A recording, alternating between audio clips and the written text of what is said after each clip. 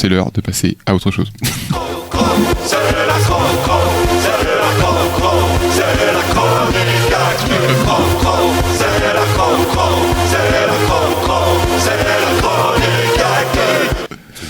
Bonsoir Lionel.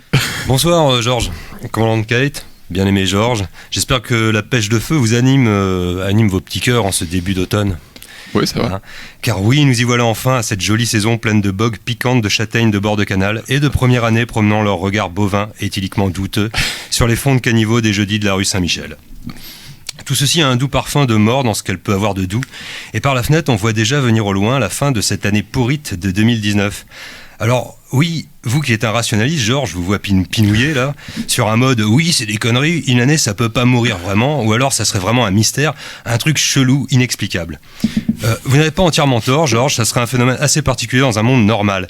Mais figurez-vous justement que je ne suis pas persuadé que Rennes soit encore situé dans le monde de la logique et de la normalité, et que je compte bien vous en apporter la preuve tout de suite. Wow. J'ai constaté il y a peu, partout dans la ville, une sorte de gigantesque inversion du sens des apparences. Ah oui, ça vous paraît fumeux, dit comme ça, mais c'est très simple. Vous connaissez le principe de la cour des miracles ? Pas le bar, hein, Comment je vais vous expliquer. C'est à la base un quartier de la capitale de France, décrit dans un livre d'Eugène Sue, Les mystères de Paris. Dans ces ruelles étroites, vous rencontriez le jour de pauvres mendiants unijambistes qui se transformaient miraculeusement, la nuit tombée, en brigands bien portants. Il se passe à Rennes le même genre de miracle, mais avec d'immondes bourgeois en lieu et place des valeureux brigands d'Eugène Sue. Vous croisez ici des gens qui peuvent vous paraître sympathiquement inoffensifs et qui, à peine le dos tourné, s'en vont voter des baisses des APL et des hausses des indemnités de logement pour les députés, de 800 à 1200 euros, c'est la semaine dernière, et des rafles pour les Géorgiens et les Albanais. Vous avez deviné à peu près de qui je veux parler, là. Oui, votre grand ami. Non, je vois pas. Des parlementaires du coin, c'est ça ? Mais si, voilà. Celui qui a ce blaze un peu naze là de bachelier, qui présente à peu près bien, looké en modèle de la Redoute, affublé de ce nom concon qui évoque les premières amours niaises post-examen de fin de lycée. On se dit qu'on n'a pas vraiment de raison de flipper d'un dragueur de mariage, et pourtant... Évidemment, la supercherie ne s'arrête pas là. Récemment, de pauvres Rennais qui n'avaient rien demandé ont trouvé leur boîte aux lettres bourrée de tracts du collectif Révéler Rennes. Un machin tout vert où il était question de bricolage sympa pour la nature, de commerce équitable, tout ça. En fait, Révéler Rennes consistait, semble-t-il, surtout à ne pas révéler que c'était la clique En Marche, conduite par Carole Gandon, qui, le temps de sa pathétique campagne électorale, a prévu d'être écolo. Ah, je vous vois, regard révulsé par tant de fourberie, commandant Kate. Vous avez pas tort, mais par honnêteté journalistique, je dois tout de même vous annoncer la pire des choses de ce triste panel.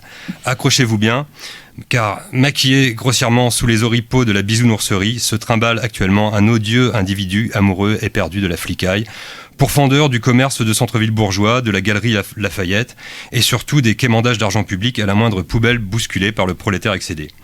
Et oui, nous y voilà, ça a commencé avec Trump, puis le Brexit, puis Aya Nakamura. On y est, on est rentré dans l'ère du débilocène. Voilà, j'ai du mal à le prononcer, c'est les mots scientifiques. Conséquence locale, l'ignoble carré rennais présente un candidat à la prochaine municipale, et il se nomme Charles Compagnon. Non, vous ne rêvez pas, Compagnon, un nom tout sympa, spécialement calculé pour cet électorat de pauvres petits vieux et vieilles, seuls chez eux dans leur logement trop grand, plein de chambres vides où jadis couraient les enfants, ceux-là même qui aujourd'hui ne viennent plus.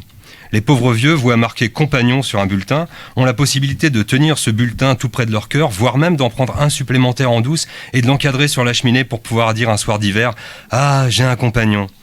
Ah oui, tant de dégueulasserie, c'est révoltant. Commandant Kate, je lis d'ailleurs dans vos grands yeux pleins de malice la question bien légitime qui vient de naître dans votre esprit éclairé.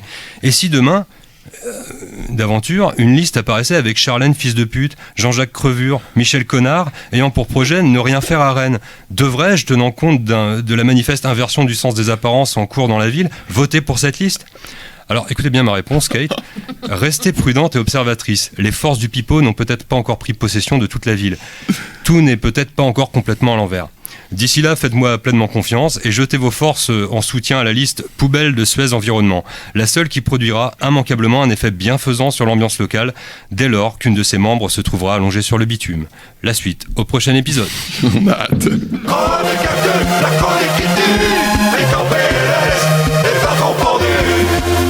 Sur le bail, et gratuit turfu, histoire aventure, et un peu le cul. Merci Lionel, à dans un mois à peu près. Oui, merci. Et comme je